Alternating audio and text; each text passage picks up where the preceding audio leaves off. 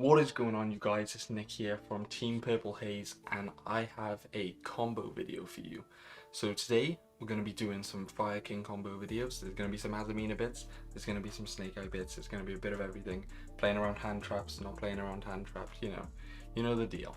And then at the end of the video, I'm going to show you a quick deck list as well, just to give you guys a little bit of an idea of what you want to be doing. And yeah, let's just get straight into the video. So for the first combo, we've got Snake-Eye Ash, the best normal summon in the game, best normal summon all year. So yeah, we'll just start off with the basics really. So you normal summon Snake-Eye Ash, you add Poplar activates its effects, going to summon itself out, and then Poplar's going to search for the original Sinful Spoil. You're then going to use Ash effect, you're going to send itself and Poplar to summon Oak. Oak's going to summon out the Ash, and Poplar's going to tuck itself in. Then Oak is going to send itself and Poplar, summon out Flambage. Flambage is going to tuck the Poplar, and then you're going to OSS, send the Poplar, summon out Ponix. Ponix gets Sanctuary. Sanctuary gets Island. Island pops Ponix, gets Garunix. Garunix summons, pops Avata. Avata brings back the Ponix. You're going to make IP and then Princess. Princess revive the Avata, then link off Flam and Princess for Sunlight Wolf. Bring 2 level 1s back, add the Flambage back, and make a Whale.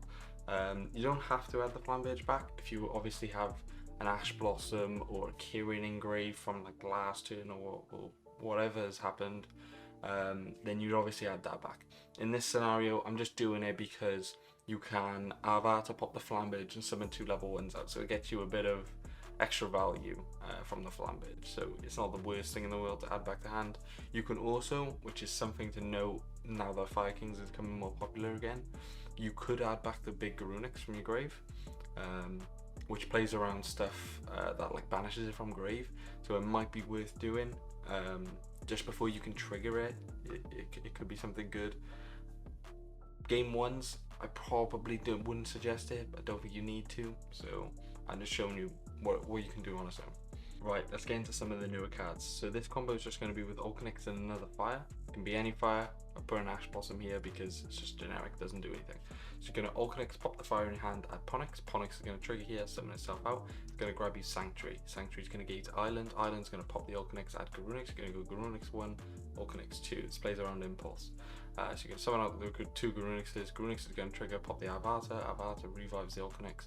You make IP Princess. Princess revives the Avata, and then you link off Princess and the other body that you didn't use into the Whale. So you're going to end on your standard end board. It's going to be Avata, Whale with Princess and Grave.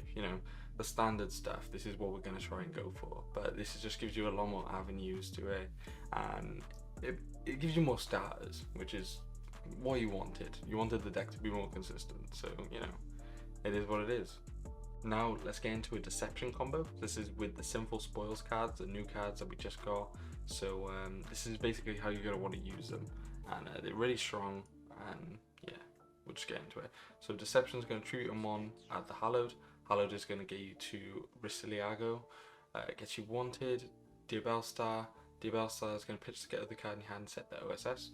You're going to link them both off into IP. You're going to activate the Hallowed, add it back, shuffle them back your other fusion. You're going to send the OSS to summon out the Omni Negate, and then OSS is going to put Witch back and add Ponix. Now you're going to normal summon Ponix, so we haven't normal summoned yet. Add Sanctuary. Sanctuary is going to get Island. Going to use Island, pop the Ponix, add Garunix. Garunix is going to summon itself, pop the Avata in deck, revive the Ponix. Then we're going to make a Princess, revive the Avata, and summon a Whale. And just like before, we're ending on Whale Avata with a Princess in grave, but only this time we got an Omni Negate, which is just a tiny bit better. Just plays around Ball Breakers a lot better, and it didn't really cost us anything. Like, you saw the hand, it was like 2 hand traps that are like we can use going first anyway. So if your hand's like sitting on a Garunix already as well, it completely changes the whole combo. And yeah, so it's really strong. These cards are really good, and if you have access to them, you should definitely be playing them. Like, there's no reason to not be playing them. They're really good cards. So yeah. And finally, for the combo you've all been waiting for, what should you do if you're under max C or the numeral Charmy? A lot of people are complaining about this card. A lot of people think it's good for the game, and some people think it's not. It's 50-50 what people think. I don't think it's too bad. I think it's probably needed with how strong decks were going first. So I don't think it's awful for the game. I wish everyone had access to it, but not everyone does. So yeah, we're just gonna quickly show you what a combo is you can do that gives your opponent minimal draws and still gives you a lot of interrupts. So yeah, let's just start off. So it's normal Ulcanix Combo. We're just gonna get Ponix. Ponix is gonna summon out, get Sanctuary. Sanctuary is gonna get Island. We're assuming our opponent's shotgunned here, and we're just gonna pop the Ponix, add the Garunix, summon the Garunix out, pop Avata. Avata gets Ponix. We're gonna link all three straight into Princess, and then Princess is gonna revive the Avata, and this is what we're gonna pass on. If your opponent doesn't shotgun the Mulch Army, then obviously you're gonna do your normal standard combo. They're gonna draw more. But what I've seen is that a lot of people are going to try and shotgun it so they don't play into stuff like talents. I don't know which one is correct at the moment, to be honest with you. There is people playing triple tax, but there's also a lot of people not, because people are shotgunning the Mulch Armies. So it's a difficult one. It's what you want to do at the end of the day. I won't be able to tell you what your opponent's going to do. Only your opponent's going to know. But from what I've seen, majority of people are shotgunning it, so that's something to go off. So yeah, at least you can build your combos around that now, if we're assuming everyone's going to shotgun it. So yeah, this is basically where you're going to end on, which is just a Princess and an Avata. And then in your opponent's turn, what you can do is you can go Avata, pop the Princess.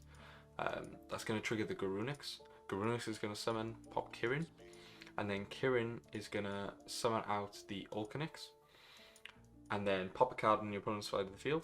Ulcanix is going to trigger, pop the Garunix, and add Rang Bali. A lot of people are not playing this card. I don't think it's bad. I think it's okay. You don't have to play it, but in situations like this, it gives you another interrupt. So you know, you definitely could play it. So what the Rang Bali does here is just summons itself out, and now it's a spell and trap card negate. You've also got the Princess in your grave because you didn't use it because it was on field at the start of the turn. So Princess can summon, pop another card your opponent controls, and then you still got the Rang Valley to pop the Princess, and there you go. You've turned your one Ulcanix into Avata negate, a Rang Valley negate, a pop-off Princess, and a pop-off Kirin. So you've got 2 pops, spell and trap negate, and a monster negate. So you've got 4 interrupts through the Mulch Army, and you've only given 1 draw. That's not bad. That's not bad. They've gone +0 because they've just ditched a card to draw 1, and you've got 4 interrupts from it. So, you know, it's definitely something to think about. You don't have to play the Rang Valley. You can still do this combo without it, but obviously you lose out on one of the interrupts. So you got 3 interrupts, and then you give them 1 draw. It is what it is. Now shout out to our sponsors, the first one being Grad, the best grading company in Europe, based in PIANETA in Milan. The second one is CARDTRADER, the online marketplace platform where you'll find the cards you need at market price, in one shipment only. Create your account using the link right here. The third one, Game to Collect, is one of the top Italian sellers on the market, specializing in high-rarity American cards, gold format, and misprints. They also collect your cards up to 85% of their value. Next one is Magician Circle, a local store in Trieste specialized in sealed and custom products. They also host events for all TCGs.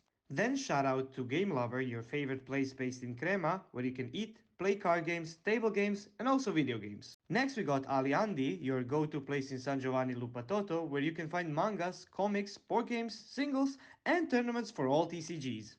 Then a shout out to Planet Fun, the best place to go in Rovato for weekly tournaments for all TCGs. Last local store we have is GamerLand, based in ABBIATEGRASSO, Lombardy's best shop to buy singles, sealed, and play weekly tournaments. Then we have CHAPA'S Playmats. They produce amazing custom playmat that may have your own image on them. Last but not least, we have Dragon Ink. They produce our official PA jerseys and cloth mats. All their links are in the description down below, so don't forget to check them out. So now that I showed you a few of the combos, here's a little sample deck list. It's not the perfect deck list by any stretch of the imagination, but I thought I'd give you something to walk away from the video that you can go test.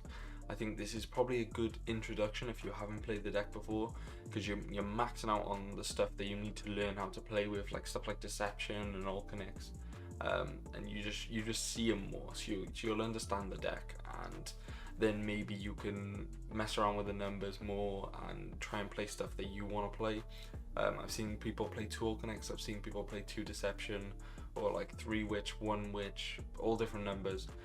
So that's something for you to figure out maybe, but this is like a nice simple list for you to walk away from this video and go, right, I can play this, because it's there for you.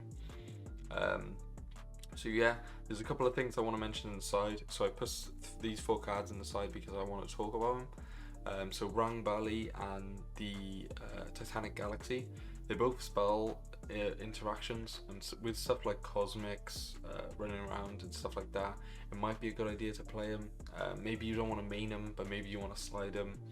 I think Jesse, one of the recent YCSs, played the Photon Lord over the Zombie Vampire, so that's definitely something to consider as well if you want more monster interaction. I think, I could be wrong, but I think the reasoning behind it was that he wanted to respect Nib more, maybe. I don't know. I'm pretty sure it was something like that. But yeah. And then obviously Skyburn is really good against like back row decks and just giving you extra interaction from the Ponix as well. So it's definitely something to consider. I think that some people would even main deck in this card. I think you can get away with side decking it if you want. If you don't want to play it at all, I don't think it's mandatory by any means. But it's definitely something you should be considering when you're trying to build this deck as well. Other than that, I think the list is pretty standard.